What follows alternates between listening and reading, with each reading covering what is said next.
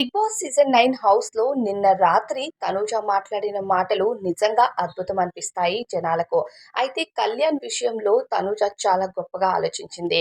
ఇక మనం నిన్న ఒక వీడియోలో మాట్లాడుకున్నట్టుగానే తనూజ మాట్లాడింది. అయితే హౌస్‌లో కళ్యాణ్ అలానే శ్రీజ మొన్న ఛాలెంజెస్ కోసం పెయిరప్ అయ్యే టైంలో చాలా వరకు స్ట్రాటజీస్ ప్లే చేసుకున్నారు. ఇక బిగ్ బాస్ హౌస్ అంటే ఎవరి స్ట్రాటజీస్ వాళ్ళకుంటాయి. ఇక నిన్న రాత్రి కళ్యాణ్ సేవ్ అయ్యే ముందు తనూజ దగ్గర మాట తీసుకుంటాడు. తనూజ మీకు కాస్తో కూస్తో ఫ్యాన్స్ ఉన్నారు బయట. సో, మీకు ఓట్స్ అయితే వస్తాయి. బట్ మాకలా కాదు కదా! మేము కామనర్స్ కదా! అన్నట్టుగా సేవ్ అవ్వక ముందే తనూజ దగ్గర మాట తీసుకున్నాడంట. సో, ఇద్దరంలో ఒకరు సేవ్ అయ్యే టైంకి నన్ను సేవ్ చెయ్యు అన్నట్టుగా. సో, తనూజ కూడా కళ్యాణ్‌కి మాటిస్తుంది. అయితే ఈ ఇచ్చిన మాట కరెక్టా? కాదా? అని తనూజ ఇమ్మాన్యుయల్ దగ్గర డిస్కషన్ స్టార్ట్ చేస్తుంది. ఇక ఇమ్మాన్యుయల్, దివ్య కూడా అక్కడ ఉంటుందనమాట. సో, నేను చేసింది తప్పా? రాంగా? అని ఇమ్మాన్యుయల్‌ని అడుగుతూ ఉంటే ఇక తనూజకి ఇమ్మాన్యుయల్ ఇలా అంటాడు. మనం టాస్క్ ఆడుతున్నాము. సేఫ్ అయ్యే టైం వరకు రాకముందే నువ్వెలా మాటిస్తావు? అలా ఇస్తే నువ్వు ఛాలెంజెస్ ఆడి కష్టపడిన దానికి అర్థం ఏముంటుంది తనుజ అని చెప్తాడు. అంటే కళ్యాణ్ పైన కోపంతో కాదు. తనుజ ఫ్రెండ్ కాబట్టి తనకొక సజెషన్ ఇస్తాడు ఇమ్మాన్యుయల్. అయితే ఇక తనుజ అంటుంది, లేదురా తను ఇలా అన్నాడు. అందుకనే నేను మాటైతే ఇచ్చాను అని చెప్తే పక్కనే ఉన్న దివ్య ఏమంటుందంటే, తనుజ నాకు నువ్వంటే ఏం కోపం లేదు. నన్ను ట్రస్ట్ చెయ్యు. వాళ్ళు నిన్ను బలి చేశారు. వాళ్ళ కోసమని నిన్ను బలి చేశారు అని మాట్లాడుతుందనమాట. అంటే శ్రీజ, కళ్యాణ్ ఇద్దరు స్ట్రాటజీస్ ప్లే చేసుకున్నారనే విషయాన్ని తనుజకి చెప్తుందనమాట. సో, వాళ్ళ కోసం వాళ్ళు సేఫ్ అవ్వడం కోసం నిన్ను బలి చేశారు. సో, వాళ్ళు అనుకున్న దానికి వాళ్ళు సక్సెస్ అయిపోయారు. కానీ ఇక్కడ ప్రాబ్లమ్ ఎవరు? నువ్వు డేంజర్ జోన్‌లో ఉండిపోయావు కదా! అంటే, వాళ్ళు నన్నేం బలి చేయలేదు. నేనే వెళ్లి వాళ్ళ దగ్గర అడిగాను. అంటే వాళ్ళు పేరవ్వడానికి వాళ్ళకెలా స్ట్రాటజీస్ ఉంటాయో, నాకు ఒక పేరు కావాలి కాబట్టి నేను కూడా ఒక స్ట్రాటజీతోనే వాళ్ళ దగ్గరికి వెళ్ళాను కదా!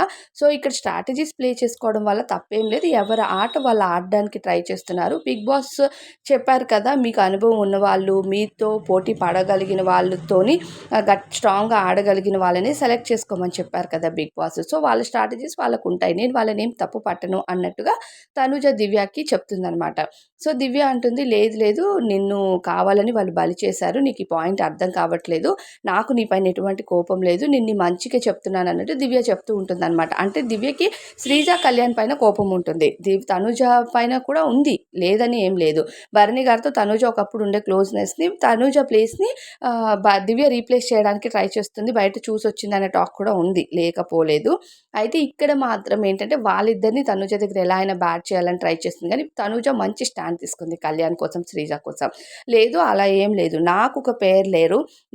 నేను సేఫ్ అవ్వడం కోసం ఆలోచించట్లేదు. నేను సేఫ్ అవ్వడం కంటే ముందు నేను ఆట ఆడాలి. నేను ఆడుతున్నాను అని నా ఆడియన్స్‌కి, నన్ను చూసే ఫ్యాన్స్‌కి తెలియాలి అని నా య నేను ట్రై చేస్తున్నానే కానీ నేను సేఫ్ అయిపోవాలి అని అనుకోవట్లేదు. సో, మీరు రాంగ్‌గా తీసుకోవద్దు.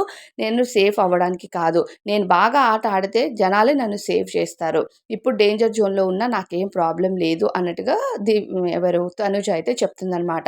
తనుజ కళ్యాణ్ కోసం అది పర్ఫెక్ట్ స్టాండ్ అని చెప్పాలి.